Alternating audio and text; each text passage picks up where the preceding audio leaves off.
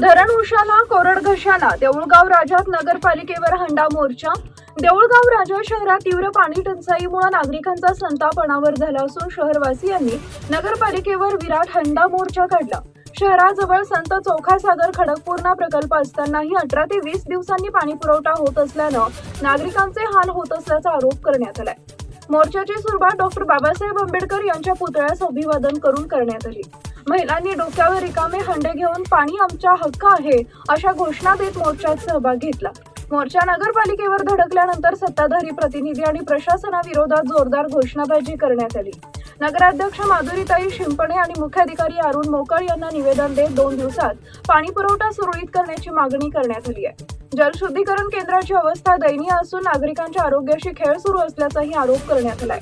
मागण्यांकडे दुर्लक्ष झाल्यास तीव्र आंदोलन छेडण्याचा इशारा नागरिकांनी दिलाय।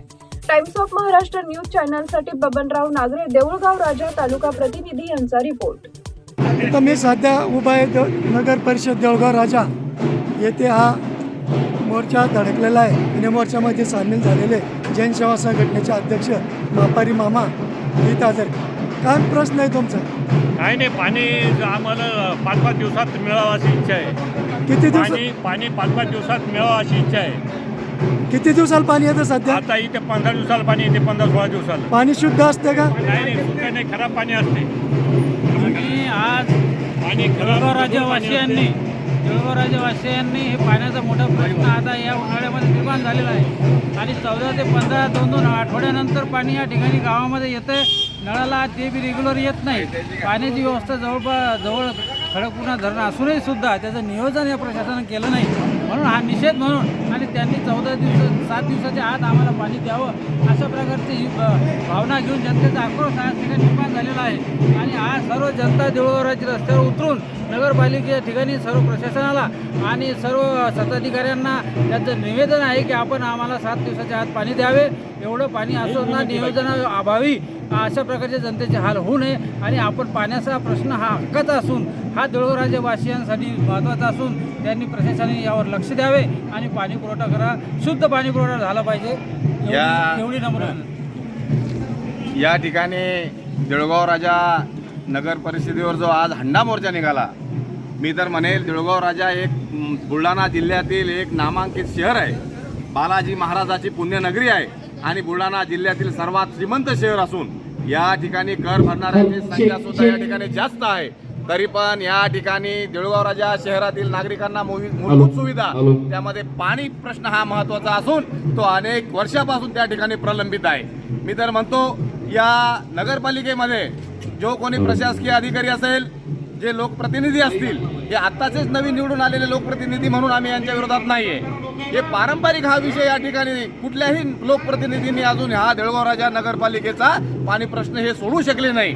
मी तर म्हणेल या ठिकाणी हे नुसते कमर्शियल कामं हे देऊळगाव राजा नगर परिषदेमध्ये आणतात।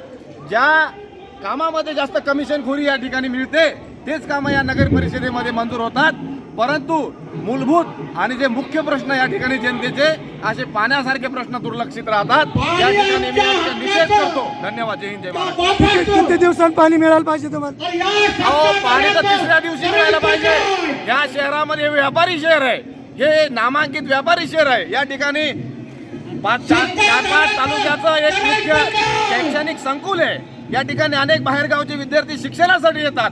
बाहेरगावच्या या ठिकाणी मोठी कापसाची मोठी व्यापारपेठ आहे, भुसार मालाची मोठी बाजारपेठ आहे। त्यामुळं इथं कोणी सांगेल 7 दिवस 15 दिवस हे या ठिकाणी चालणार नाही।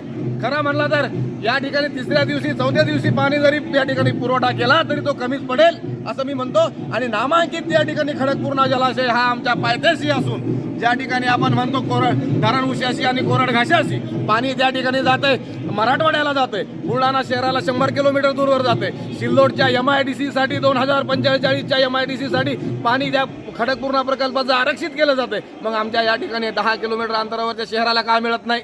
हा या ठिकाणी संशोधनाचा विषय या ठिकाणी म्हणावा लागेल। आणि राजकीय लोकप्रतिनिधी जे कोणी असतील, विरोधक असतील, सर्वांचं अपयश या ठिकाणी म्हणावं लागेल। हे सर्व या ठिकाणी पाणी या शहराला, या जनतेला पाणी पाजण्यापासून अपयशी ठरलेले या ठिकाणी आहेत। यांनी सर्वांनी खुर्च्या खाली करायला पाहिजे। आजी माझी सर्वच लोकप्रतिनिधीवर माझा आरोप आहे। या ठिकाणी हे नुसते कमर्शियल काम या ठिकाणी आणतात। हजारो कोटीचे कामं या ठिकाणी या शहरामध्ये मंजूर झाले म्हणून सांगतात आणि या शहराचा पाणी पुरवठा काय हे सोडू शकत नाही. मग यांनी यांचे घरं भरलेत काय, हा माझा या ठिकाणी प्रश्न आहे. आणि काही लोक या ठिकाणी प्रशासकीय अधिकारी मालक झाल्यासारखे वागतात.